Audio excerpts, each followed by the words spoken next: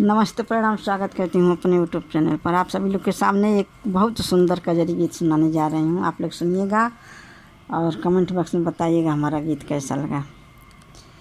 खेले गईली कजरी कन्हैया धैलाया चरिया चरावा में लागल हो झालर मोतिया चरावा में लागल हो झालर मोतिया। खेले गईली कजरी कन्हैया धैलाया चरावे में लागल हो झालर मोतिया चरावे में लागल हो झालर मोतिया।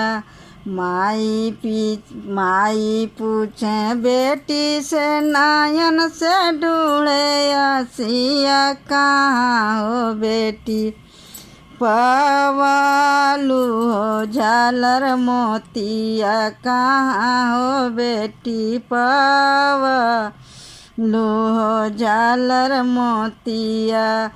जीवाने ही बरसे माई कैलू मोर बियावा जीवाने ही बरसे माई कैलू मोर बियावा।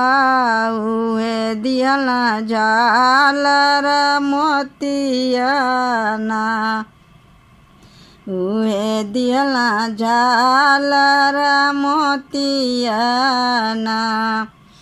खेले गईली कजरी कन्हैया धैलाया चरावे में लागल हो झालर मोतिया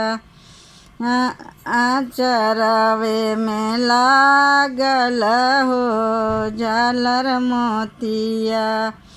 चाची पूछे बेटी से नायन से ढूंढे आसिया कहाँ हो बेटी पावेलू हो झालर मोतिया कहाँ हो बेटी पावेलू हो झालर मोतिया। जेवाने ही बरसे चाची कैलू मोर बियावा जवाने ही बरसे चाची कैलू मोर बियावा। उहे दिहना झालर मोतिया ना उहे दिहला झालर मोतिया ना।